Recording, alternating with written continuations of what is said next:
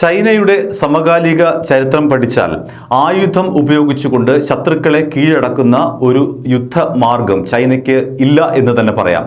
അതേസമയം അമേരിക്ക അങ്ങനെയല്ല. ശത്രു രാജ്യങ്ങളെ കായികമായി ആക്രമിച്ച് കീഴടക്കുന്നതാണ് അമേരിക്കൻ ശൈലി.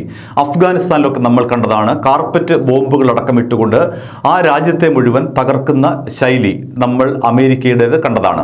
എന്നാൽ ചൈനയാകട്ടെ ഇത്തരം അതിക്രമിച്ച് കയറിയുള്ള ആക്രമണങ്ങൾ കുറവാണ്. ആയുധം ഉപയോഗിച്ചുകൊണ്ടുള്ള അവരുടെ യുദ്ധം കുറവാണ്. പകരം ബുദ്ധിപരമായിട്ടുള്ള യുദ്ധങ്ങളാണ് അവർ ഉപയോഗിക്കുന്നത്. ബുദ്ധിപരമായ യുദ്ധം എന്നുള്ളത് ഇൻവെർട്ടർ കോമയിൽ ചേർക്കണം. കാരണം പല തരത്തിലെ കീഴടക്കലാണ് ചൈന നടത്താറുള്ളത്. അതിന് പറയപ്പെടുന്നത് നമ്മുടെ ഇന്ത്യയിലെ ചാണക്യൻ എന്നതുപോലെ അവരുടെ വലിയൊരു സൈദ്ധാന്തികനുണ്ട്, ലാവോത്സുവിൻ്റെ യുദ്ധതന്ത്രങ്ങളാണ് ചൈന ഉപയോഗിക്കുന്നത് എന്നാണ് പറയപ്പെടുന്നത്. പരമ്പരാഗതമായ യുദ്ധങ്ങളെ ഒഴിവാക്കിക്കൊണ്ട് ബുദ്ധിപരമായ യുദ്ധങ്ങളെ ഉപയോഗിക്കുക എന്നുള്ളതാണ് ലാവോത്സുവിൻ്റെ ചിന്തയുടെ കണ്ടന്റ്, അല്ലെങ്കിൽ അതിൻ്റെ ഒരു പ്രമേയം എന്ന് പറയുന്നത്, അതിൻ്റെ സ്ഥൂല പ്രമേയം എന്ന് പറയുന്നത്. ഏതായാലും ചൈന അതിങ്ങനെ ബുദ്ധിപരമായി നിരവധി രാജ്യങ്ങളെ കീഴടക്കിയിട്ടുണ്ട്. ഉദാഹരണമായി പാകിസ്ഥാൻ. കടക്കണിയിലാകുന്ന രാജ്യങ്ങൾക്ക് വൻതോതിൽ പണം കടക്കൊടുക്കുക, വായ്പ വാങ്ങി മുടിഞ്ഞു പോകും ആ രാജ്യങ്ങൾ. അതുകൊണ്ട് ആ രാജ്യങ്ങൾ ചൈനയുടെ കീഴ്പ്പെട്ട് നിൽക്കും. പാകിസ്ഥാൻ തന്നെയാണ് ഏറ്റവും വലിയ ഉദാഹരണമായി നമുക്ക് തൊട്ടു മുന്നിലുള്ളത്. ഇത്തരത്തിൽ നിരവധി തന്ത്രങ്ങൾ ചൈന ഉപയോഗിക്കാറുണ്ട്. കോവിഡ് എന്ന് പറയുന്ന ഈ വൈറസിനെ വുഹാനിലെ ലാബിൽ ഉൽപ്പാദിപ്പിച്ചുകൊണ്ട് ചൈന പുറത്തേക്ക് വിട്ടതാണെന്ന് പറയപ്പെടുന്നു. ലോക രാജ്യങ്ങളെ മുഴുവൻ ഒറ്റയടിക്ക് തകർക്കുകയും അങ്ങനെ തങ്ങളുടെ ആധിപത്യം ഒറ്റയടിക്ക് ഉയർന്നു വരികയും ചെറിയ കാലയളവിനുള്ളിൽ ലോകത്തെ കീഴടക്കാൻ കഴിയുകയും ചെയ്യുക എന്നുള്ളതാണ് ആ വൈറസിനെ പുറത്തുവിട്ടതിലൂടെ ചൈന ലക്ഷ്യമിട്ടത് എന്ന് പറയപ്പെടുന്നു. ഏതായാലും ഇപ്പോൾ നമ്മൾ പറയാൻ പോകുന്നത് അത്തരത്തിലുള്ള ഒരു ബുദ്ധിയാണ്. ചൈനയുടെ നേരിട്ടുള്ള ആയുധം എടുക്കാത്ത, അതേസമയം ചോര വീഴ്ത്താത്ത ഒരു ബുദ്ധിയെക്കുറിച്ചാണ് ഇനി പറയാൻ പോകുന്നത്. ബ്രഹ്മപുത്ര നദി എന്ന് പറയുന്ന നമുക്ക് എല്ലാവർക്കും പരിചിതമായിട്ടുള്ള നദിയുണ്ട്. ആ നദി ഇന്ത്യയും ചൈനയുമായും അതിർത്തി പങ്കിടുന്ന നദിയാണ്.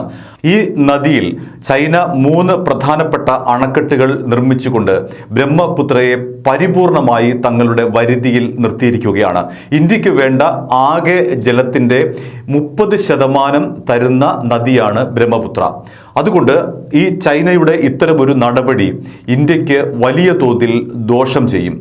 മാത്രമല്ല, തൊട്ടടുത്ത അയൽ രാജ്യമായിട്ടുള്ള ബംഗ്ലാദേശിനെയും ചൈനയുടെ ഈ നടപടി ബാധിച്ചിട്ടുണ്ട്. അതിൻ്റെ വിശദാംശങ്ങൾ നമുക്ക് പറയാം. ആദ്യം 3 അണക്കെട്ടുകളുടെ പേരും അവയുടെ ഇപ്പോഴത്തെ അവസ്ഥയും എന്താണെന്ന് നമുക്ക് പരിശോധിക്കാം. ആദ്യത്തെ അണക്കെട്ടിൻ്റെ പേര് സാങ്മോ എന്നാണ്. ഈ ഡാം പൂർത്തീകരിച്ചു കഴിഞ്ഞു, കമ്മീഷൻ ചെയ്താൽ മാത്രം മതിയാകും. രണ്ടാമത് ഗ്യാറ്റ്സ എന്ന് പറയുന്ന ഒരു അണക്കെട്ടാണ്. രണ്ടാമത്തെ അണക്കെട്ടിൻ്റെ പേര് ഗാറ്റ്സ എന്നാണ്. 2017 ഇതിന്റെ പണി തുടങ്ങി. ഇപ്പോഴും അത് ദ്രുതഗതിയിൽ പണി പൂർത്തിയാക്കിക്കൊണ്ടിരിക്കുന്നു. ഈ വർഷം അവസാനത്തോടു കൂടി അത് കമ്മീഷൻ ചെയ്യുമെന്നാണ് പറയപ്പെടുന്നത്. ഇനി മൂന്നാമത്തത് ഗാഡു ഡാം എന്ന് പറയുന്ന ഒരു ഡാമാണ്. ഗാഡു ഡാമിന് ആണ് ഏറ്റവും വലിയ, ഈ 3 ഡാമുകളിൽ ഏറ്റവും വലിയ ഡാം ഗാഡു ഡാമാണ്. ഈ 3 ഡാം കെട്ടുക വഴി ബ്രഹ്മപുത്രയെ പൂർണ്ണമായും ചൈനയുടെ വരുതിയിൽ നിർത്താൻ അവർക്ക് കഴിയുന്നു. 100 കോടി ക്യൂബിക് മീറ്റർ ജലസംഭരണ ശേഷിയാണ് ഈ 3 അണക്കെട്ടുകൾക്കുമായി ഉള്ളത്. ഇന്ത്യയുടെ ഏറ്റവും വലിയ ഭീഷണിയായി ഇപ്പോൾ ഈ നദി മാറിയിരിക്കുകയാണ്.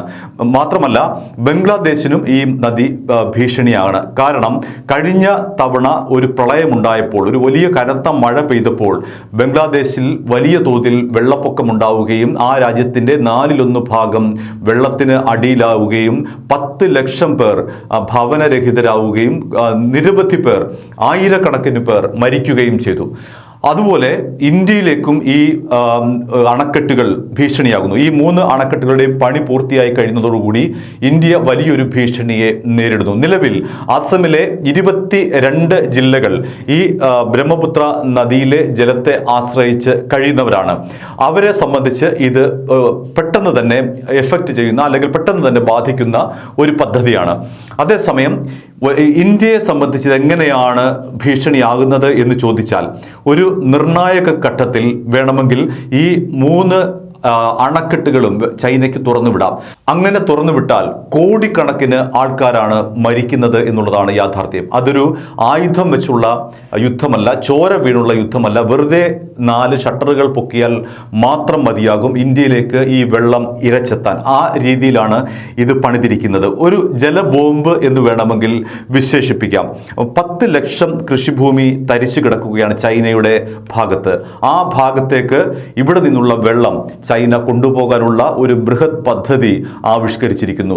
1110 കിലോമീറ്റർ ദൂരേക്ക് ഇവിടെ നിന്ന് ചൈന വെള്ളം കൊണ്ടുപോവുകയാണ്, ബ്രഹ്മപുത്ര നദിയിൽ നിന്നും, ഈ അണക്കെട്ടുകളിൽ നിന്നും.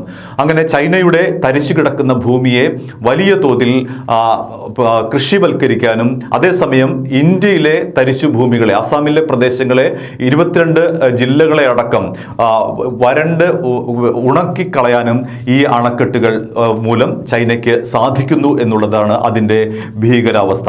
അതുകൊണ്ട് തന്നെ ഈ ഒരു ജലബോംബുമായി ബന്ധപ്പെട്ട് ഇന്ത്യ, ബംഗ്ലാദേശ് എന്നിവർ വലിയ ഭീഷണി നേരിടുന്നു എന്നുള്ളത് യാഥാർത്ഥ്യമാണ്. ഒരു ജല ബോംബ് അല്ലെങ്കിൽ ജലകെണി എന്ന് വേണമെങ്കിൽ പറയാം. കാരണം ഇപ്പോൾ ഇന്ത്യ ചൈന തർക്കം രൂക്ഷമായിരിക്കുകയാണ്.